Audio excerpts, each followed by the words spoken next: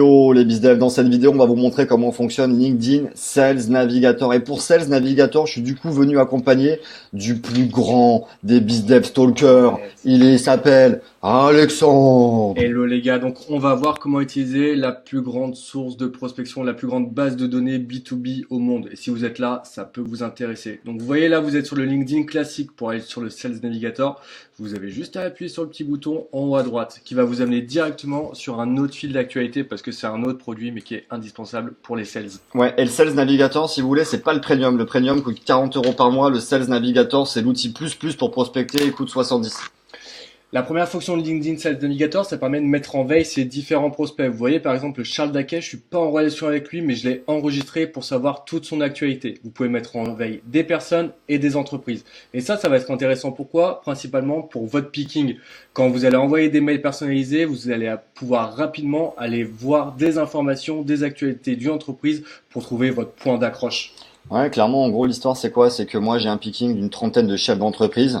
Je les ai sur mon tableau et au quotidien, je peux les stalker, leur mettre des commentaires, des likes. T'avais fait d'ailleurs une belle OP, je crois, avec Bonduel, Alex, sur ça, non? Ouais, quand j'étais en mission chez La Belle Assiette, j'arrivais pas à avoir ni par mail ni par téléphone la directrice trade marketing de Bonduel. Et j'ai vu qu'elle postait de temps en temps des articles, donc je me la suis enregistré sur Sales Navigator.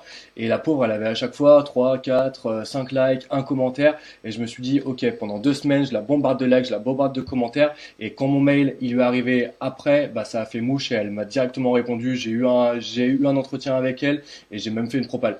C'est vrai que les top managers, en fait, quand ils postent, ils ont quand même très peu de likes ou de commentaires et la curiosité humaine fait qu'ils sont obligés d'aller regarder, en fait, les gens qui les commentent.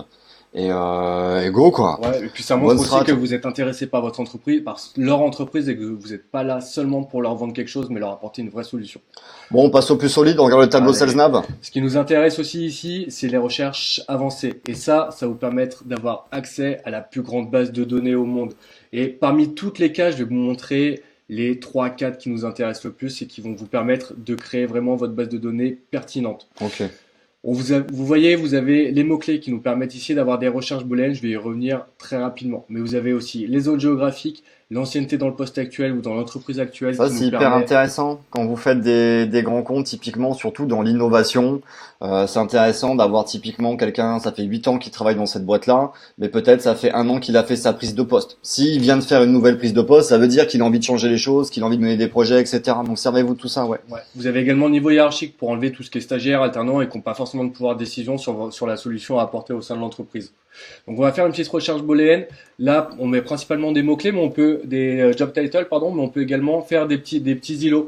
Donc là, nous, on a fait le choix de mettre Head of Sales, donc directeur commerciaux.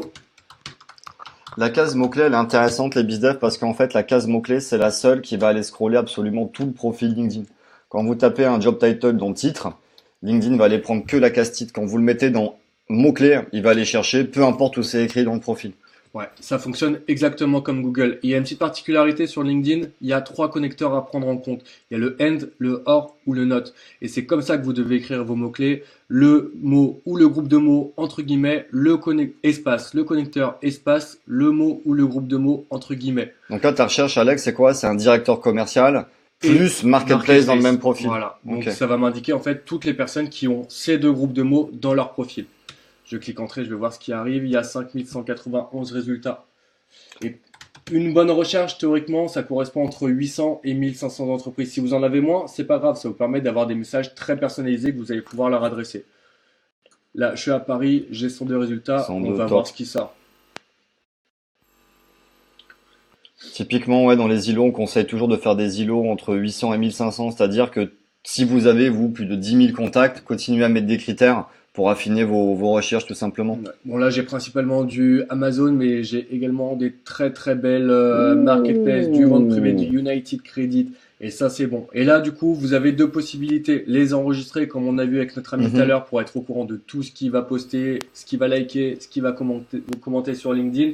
Ou sinon, les contacter directement via l'outil qu'on vient de voir, NeoDeal. Ou sinon, comment aspirer ses coordonnées, ses adresses mail par centaines, par 200, par milliers. Et ça, c'est dans la prochaine vidéo. Bonne chance, les bizdev.